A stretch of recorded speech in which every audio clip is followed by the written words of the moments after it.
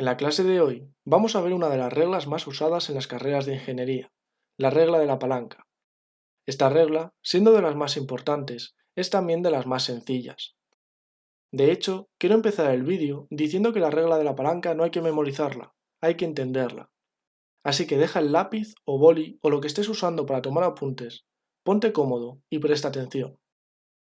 La regla de la palanca también se puede llamar regla de la horizontal o regla de los segmentos inversos, y establece las composiciones de las fases en equilibrio a una temperatura determinada en una zona bifásica. Este enunciado, expresado gráficamente, nos viene a decir lo siguiente. Imagínate que tenemos el siguiente diagrama. Si en este diagrama fijamos la temperatura, el corte con las curvas que delimitan la zona bifásica nos da un líquido de composición X y un vapor de composición Y. Si ahora cogemos una mezcla F con composición XF que está entre X e Y, a la temperatura que hemos fijado, la regla de la palanca nos permite establecer unas relaciones entre X, Y y XF y la cantidad de líquido y vapor que contiene nuestra mezcla F. Estas relaciones las veremos en un par de minutos. Primero quiero enseñarte los usos de esta regla y en qué asignaturas se puede encontrar. El diagrama que tenemos podríamos encontrarlo en la asignatura de Química 1 o Química 2, por ejemplo en problemas sobre columnas de destilación para calcular las concentraciones molares de los caudales de entrada y salida. Este otro diagrama de punto eutéctico correspondería con la asignatura de Ciencia de Materiales, y en él podemos usar la regla de la palanca, por ejemplo para calcular la composición del eutéctico. Y por último, en la asignatura de Procesos Químicos podemos usar la regla de la palanca para problemas de extracción líquido-líquido. En resumen, los usos son muchos y variados, pero sigo diciendo lo mismo, es una regla que no hay que memorizarla, hay que entenderla. En esta diapositiva vamos a ver cómo se deduce la regla de la palanca. Sé que generalmente a los alumnos no nos interesa saber cómo se deducen las cosas y solo nos importa el resultado final, pero esta vez es distinto. Es importante saber de dónde viene porque no siempre es conveniente aplicarla, y a veces es mejor usar directamente la fórmula inicial. Para la deducción vamos a coger el primer diagrama que teníamos y vamos a plantear un balance de materia en la zona bifásica, es decir, un balance entre el punto verde, azul y rojo. Usando la siguiente nomenclatura y teniendo en cuenta que F está formado por L y V, podemos escribir que el caudal de F será igual a la suma de los caudales del líquido y vapor, y F por XF será igual a L por X más V por Y, porque la cantidad de compuesto A y B que hay en F tiene que ser igual a la suma de las cantidades de compuesto en V y L. Operando un poco con este sistema de ecuaciones, llegamos a las dos expresiones que se conocen como regla de la palanca. Estas ecuaciones ahora mismo pueden no decirte nada, pero si les añadimos unos colores, podemos ver que lo que hacen es relacionar los caudales representados como puntos con el tamaño de los segmentos del color correspondiente. Con esta regla, se puede saber la cantidad de líquido que hay en el caudal F simplemente conociendo el tamaño de los segmentos azul y verde.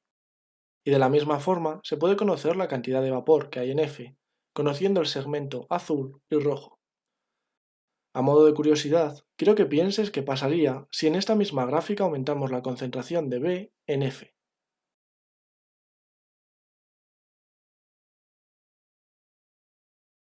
Si mantenemos constante la temperatura y aumentamos B en F, lo que hacemos es mover hacia la derecha X sub F, provocando que el segmento rojo aumente y por tanto también lo haga el vapor dentro de F, mientras que el líquido por otra parte disminuye. Por último, estas dos ecuaciones no hay que olvidar que toman valores entre 0 y 1, por lo que si queremos expresarlas en tanto por ciento tendremos que multiplicarlas por 100. A continuación, vamos a resolver tres ejercicios de tres asignaturas distintas. Es posible que estos ejercicios sean de asignaturas que no estés dando, pero todos los ejercicios tienen algo distinto con respecto a cómo se debe aplicar la regla de la palanca. Así que, independientemente de si es un ejercicio de tus asignaturas o no, te recomiendo que los veas enteros. El primer ejercicio nos dice que tenemos una corriente de mezcla de benceno y tolueno, que se somete a destilación flash a una atmósfera y 95 grados. Estos datos vienen a significar lo siguiente. Al ser destilación flash tenemos este esquema, y por otra parte en el diagrama a una temperatura de 95 grados tenemos los siguientes cortes con la zona bifásica, que corresponden con una x de 0,4 y una y igual a 0,62. Una vez hecho esto, solo nos queda aplicar la regla de la palanca.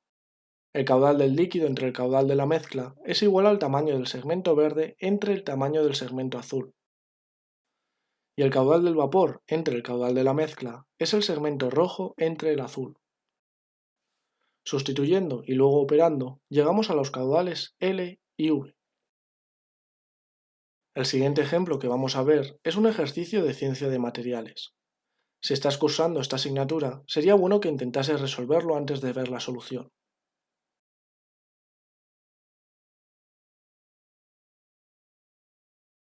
Este ejercicio se diferencia del primero principalmente en cómo nos dan la información. Esta vez, los datos nos los dan en lenguaje escrito. Los tres últimos puntos no tenemos que interpretarlos, pero los dos primeros sí. Teniendo estas dos reglas de la palanca, la primera frase nos dice que el segmento rojo entre el segmento azul es igual a 0,4, mientras que la segunda, que el segmento naranja entre el segmento morado es 0,71. Una vez escritas estas ecuaciones, solo tenemos que resolverlas como si de un sistema se tratase, empezando hallando P, luego E y por último N. Con este problema, quiero que veas que a veces tenemos que interpretar los enunciados para sacar las ecuaciones nosotros mismos, y que por esto es importante practicar la comprensión lectora. El tercer y último ejemplo es un ejercicio de la asignatura de procesos químicos. Antes de empezar a resolverlo, quiero que prestes mucha atención. Este ejercicio estuve a punto de no ponerlo en la presentación, debido al tiempo que me iba a llevar prepararlo y a que el problema es largo, aburrido y tedioso.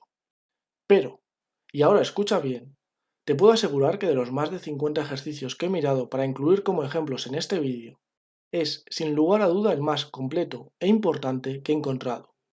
Así que solo te puedo decir dos cosas. Uno, presta atención. Y dos, me he tirado más de 10 días haciendo este vídeo. Déjame un like. Volviendo a la clase, igual que siempre te animo a que lo intentes resolver tú solo.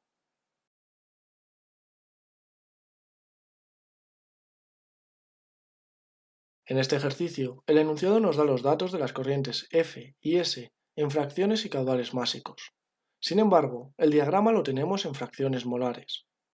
Cuando las unidades no coincidan, lo primero que hay que hacer es pasar los datos a las unidades del diagrama. Para hacer esto, te dejo un recordatorio de cómo se pasa de unas unidades a otras cuando tenemos una mezcla de dos componentes. Empezamos calculando los pesos moleculares, luego las fracciones másicas, después las fracciones molares y por último los caudales molares. Pintando en la gráfica los dos caudales que ya conocemos, S y F, la mezcla M estará en un punto de la recta que los une. El punto M se puede hallar de dos formas.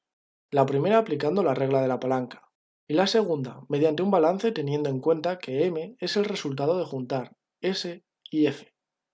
Es posible que ahora mismo no sepas por qué, pero entre estos dos métodos para este apartado es mucho mejor usar el segundo. Para calcular M mediante un balance, escribimos las siguientes ecuaciones.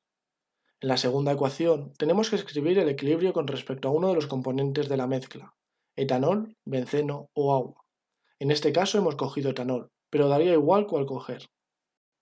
De la primera ecuación podemos sacar directamente el caudal M, y sustituyendo este valor en la segunda sacamos la composición del etanol en M.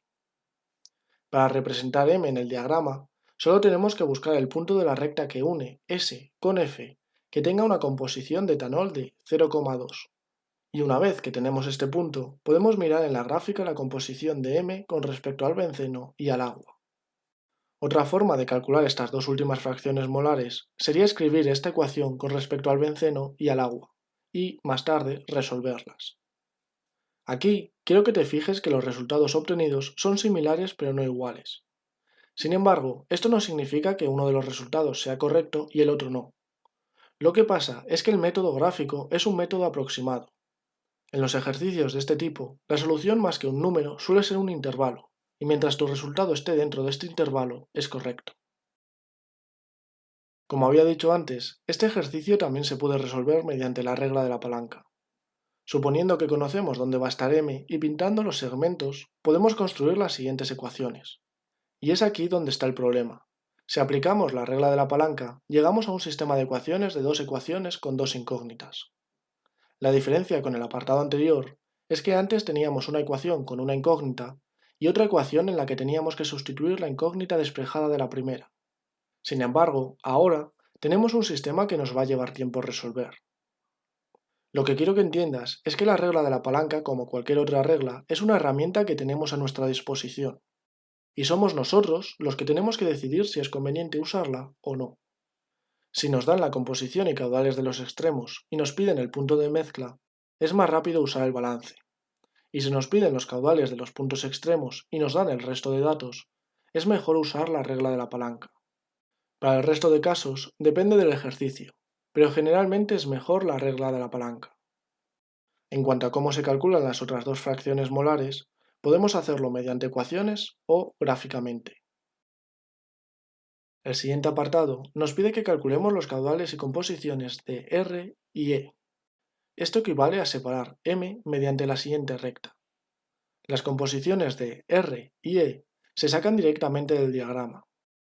En cuanto a los caudales, tenemos que calcularlos usando un balance o una regla de la palanca. Y la pregunta que te hago es, ¿cuál de los dos deberíamos de usar ahora?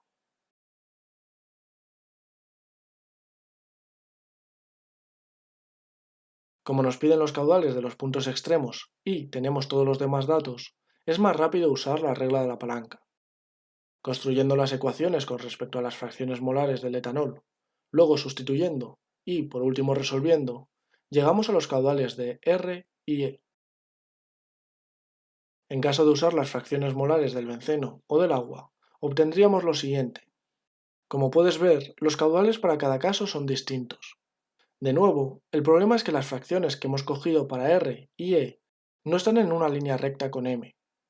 Si trazamos una recta por E y M, el punto R sería este, y repitiendo los cálculos llegaremos a los siguientes caudales, donde la diferencia pasa a estar en el tercer decimal. Pero esto es solo por si acaso querías probar a hacer la regla de la palanca con el benceno o el agua, para que no te extrañase si obtenías resultados distintos a los que yo tenía. Solo recuerda que las medidas que se pueden coger de un diagrama son aproximadas. Por último, si resolvemos mediante un balance, se haría de la siguiente manera.